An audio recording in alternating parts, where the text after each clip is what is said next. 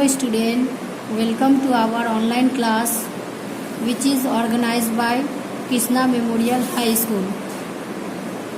आज हम आप लोगों को English language chapter 9 the verb पढ़ाने जा रही हूँ। आप लोग अपना अपना बुक निकालिए, सामने रखिए और मेरे साथ पढ़िए। A verb describe an action, a fact and a happening। Verb यानी क्रिया। क्रिया किसे कहते हैं? जो हम लोग कार्य को करते हैं उसे हम लोग क्रिया कहते हैं। डिस्क्राइब एन एक्शन, जो एक्शन करके हम लोग करते हैं उसे ही क्रिया कहते हैं।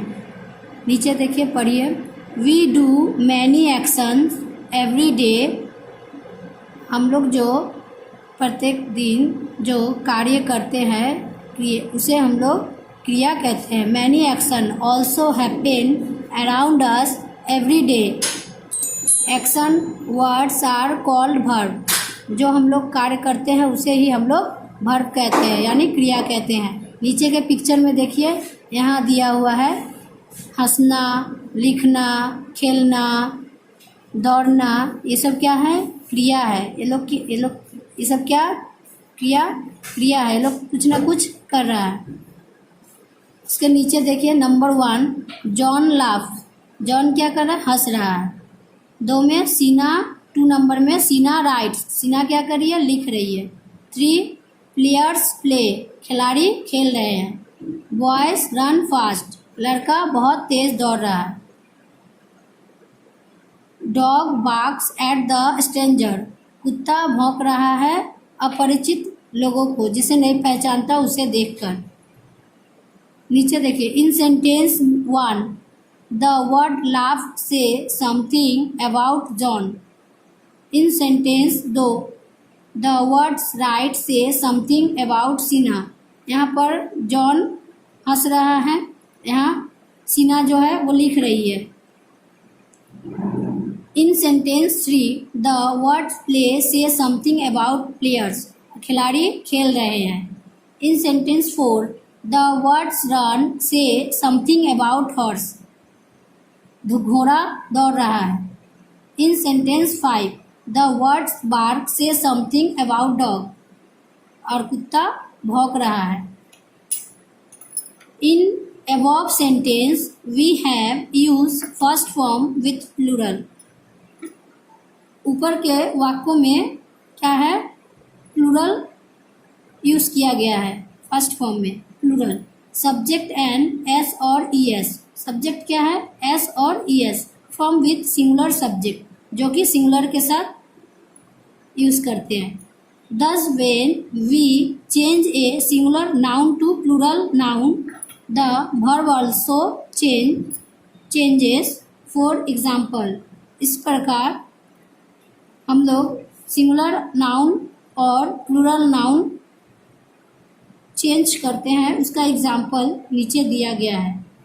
हमेशा चेंज होते रहता है। I go, you go, he goes, she goes, they go, we go. Sometimes a verb may consist of more than one word। कभी कभी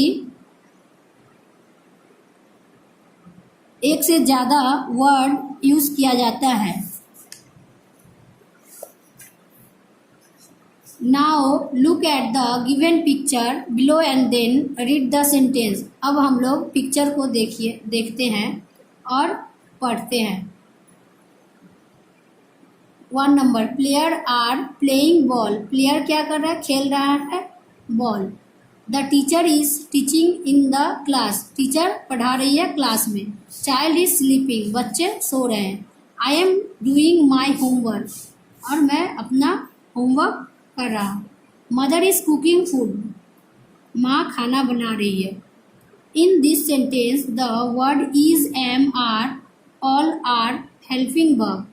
ये सब क्या हुआ? Is, am, are all helping verb हुआ। They are followed by some main verb, जो कि main verb के पहले लगाया जाता है।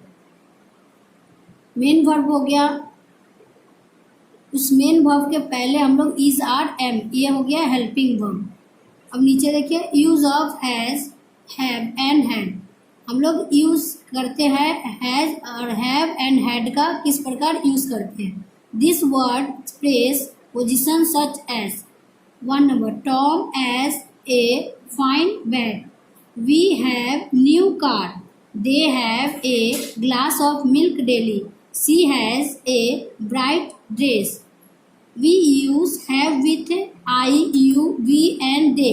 हैव का प्रयोग हम लोग करते हैं I you we and they के साथ। We use has with he she it, और हैज का प्रयोग करते हैं हम लोग ही सी और इट के साथ। Use of will and shall, will and shall are use for future tense, और विल और सेल का प्रयोग हम लोग फ्यूचर टेंस के साथ करते हैं, जो भविष्य के बारे में बताया जाता है उसके बारे में। Will is use with he she it, they and shall is use with I and we.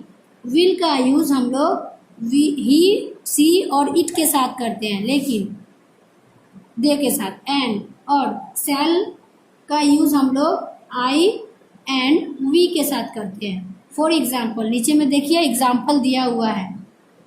1 number, he will go to play in the evening, they will play a match on Sunday, my uncle will come tomorrow, I shall do this today।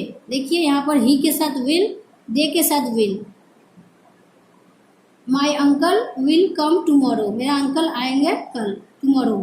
I के साथ shall का प्रयोग किया गया है। अब इधर आइए, यहाँ पर पढ़ते हैं काइंड्स ऑफ वर्ब। क्रिया कितने प्रकार के होते हैं। Verb are of the following 2 types. Verb कितने प्रकार के होते हैं, 2 टाइप्स, मतलब 2 तरह के, ट्रांजेस्टिव वर्ब और इनट्रांजेस्टिव वर्ब। कितने प्रकार के हुआ, 2 प्रकार के, ट्रांजेस्टिव वर्ब और intransitive verb. Read the following sentence. अब हम लोग सेंटेंस को पढ़ेंगे।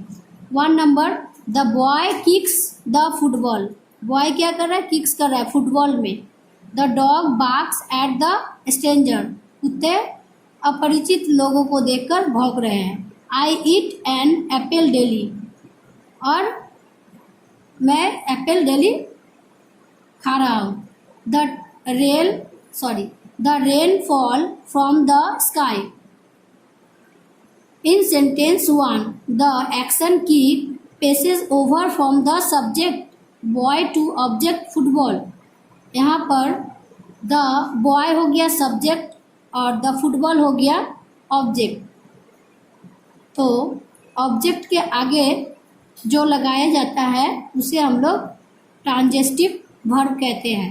देखिए यहाँ पर द फुटबॉल, उसके आगे किक लगा हुआ, तो ये किक जो है वो हो गया ट्रांजेस्टिव वर्ब।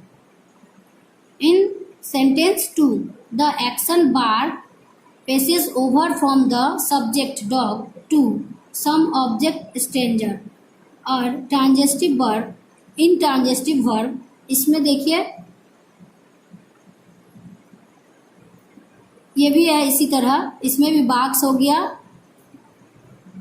गया क्रिया माने वर्ब, और ये भी सब्जेक्ट के आगे लगाया गया, ऑब्जेक्ट के आगे लगाया गया है, इसीलिए ये भी हो गया transitive verb.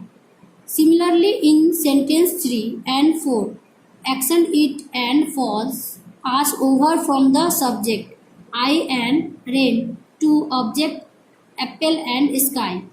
The verb kick, bark, eat and fall is followed by object football, stranger, apple and rain. हम जो ऊपर में समझाए थे वही। यहाँ पर वर्ब क्या है, kicks, bark, eat and falls, और ऑब्जेक्ट क्या हो गया, football, stranger, apple and rain.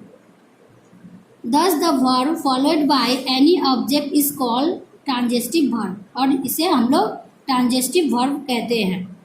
Now read the following sentence. Dog bark, the boy laughed loudly, baby sleep, river follow, In sentence 1, 2, 3 and 4, the action verb bark, laugh, sleep and follow do not pass over to an object.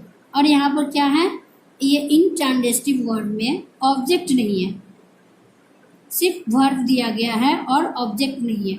Therefore these are intransitive verb, इसलिए हम लोग intransitive verb कहते हैं. तो हम लोग का chapter यहीं ख़त्म हो गया. आप लोग को आशा करती हूँ अच्छी तरह से समझ में आया होगा. आप लोग फिर से पढ़िए, अच्छे तरह से समझिए. इसके बाद आप लोग नेक्स्ट पेज में 1 नंबर, 2 नंबर और 3 नंबर,